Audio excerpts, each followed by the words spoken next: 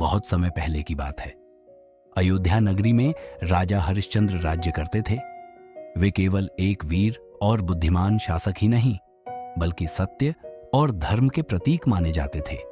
उनके राज्य में अन्याय, झूठ और पाप का कोई स्थान नहीं था।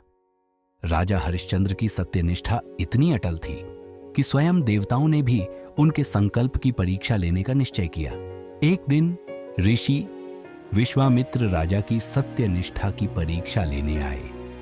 वे भिक्षा में राजा से पूरा राज्य मांग बैठे। राजा हरिश्चंद्र ने बिना किसी झिझक के अपना सारा राज्य दान कर दिया और स्वयं अपनी पत्नी तारामती और पुत्र रोहिताश्व के साथ वन को प्रस्थान कर गए।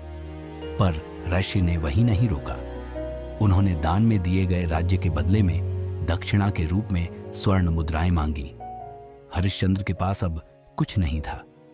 उन्होंने अपनी पत्नी को एक ब्राह्मण के घर में दासी के रूप में और पुत्र को शिष्य के रूप में बेच दिया।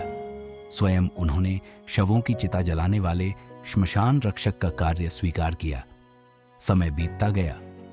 एक दिन तारामती अपने मृत पुत्र रोहिताश्व का शव लेकर श्मशान आई। उनका दिल टूटा हुआ था, लेकिन उनके पास चिता जलाने की फीस देने के लिए एक भी पैसा नहीं था। हरिश्चंद्र, जो अब श्मशान का रक्षक बन चुका था, धर्म के अनुसार बिना शुल्क लिए अंतिम संस्कार नहीं कर सकता था। उसने अपनी पत्नी और पुत्र को पहचानते हुए भी आंसू बहाते हुए धर्म और सत्य के मार्ग से विचलन नहीं किया। जब सत्य की पराकाष्ठा देखी गई, तब देवताओं ने स्वयं प्रकट होकर राजा हरिश्चंद्र को प्रणाम किया। आर्षि विश्वामित्र ने अपनी परीक्षा समाप्त घोषित की और भगवान विष्णु, शिव और इंद्र ने उन्हें उनका पुत्र जीवित करके लौटाया और उनका राज्य वापस सौंपा। हरिश्चंद्र ने विनम्रतापूर्वक राज्य तभी स्वीकार किया जब देवताओं ने यह वचन दिया कि उनके राज्य में सदा सत्य और धर्म का ही शासन रहेगा। राजा हरिश्चंद्र की कथा सत्य, कर्तव्य और त्याग की सर्वोच्च मिसाल है।